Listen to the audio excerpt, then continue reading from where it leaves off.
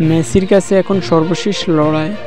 Copa আমেরিকার গত আসরে ট্রফি খরা ছুঁয়েছে আর্জেন্টিনা, সেই ট্রফি উঠিয়ে আক্ষেপ মিটেছে লিওনেল মেসির।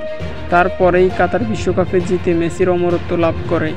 স্বাভাবিকভাবে পরম আদর্শের ট্রফি জয়ের স্বাদ মেটাতে চলেছে কোপা আমেরিকা। হতে পারে লিওনেল মেসির শেষ।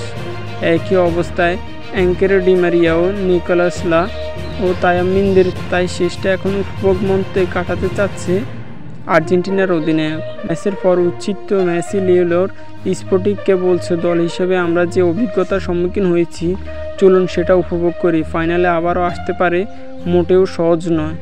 একইভাবে চ্যাম্পিয়ন হওয়ার লড়াইটা সহজও নয়। কোপা আমেরিকার শেষ লড়াই হিসেবে উল্লেখ করে মেসি বলেন, প্রতিটি মুহূর্ত ছিল উপভোগ করার মতো এবং ডি মারিয়াও তার মতো আমার আরও লোকজনও ছিল এবং আমার অনেক বন্ধুও ছিল। এগুলো আমার শেষ লড়াই তাদেরকে নিয়ে।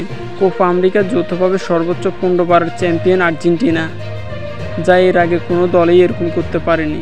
সর্বশেষ 8 আসরে 6বার ফাইনালে কৃতিত্ব তাদের। সেমিফাইনালে কানাডার বিপক্ষে জয়টা সহজ হলেও তারা সমস্যা তৈরি করেছিল। শুরুতেই 20 মিনিট সেই চাপ সামলাতে পারেনি আর্জেন্টিনা।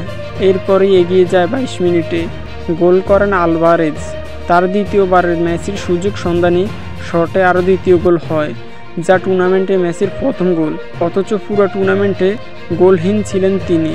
এখন ফাইনালে রাঙানোর অপেক্ষায় এবং আর্জেন্টিনার সর্বশেষ ম্যাচ জিততে পারে কিনা ফাইনালে, এই অপেক্ষায় রয়েছে বাংলাদেশের হাজারো তরুণ যুবক। অপেক্ষা করছে, যাতে করে দোয়া করছে তাদের জন্য, যাতে করে তারা ম্যাচ জিততে পারে।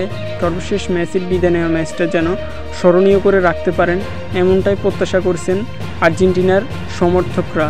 ইব্রাহিম হোসেন, নিউজ 24, ঢাকা।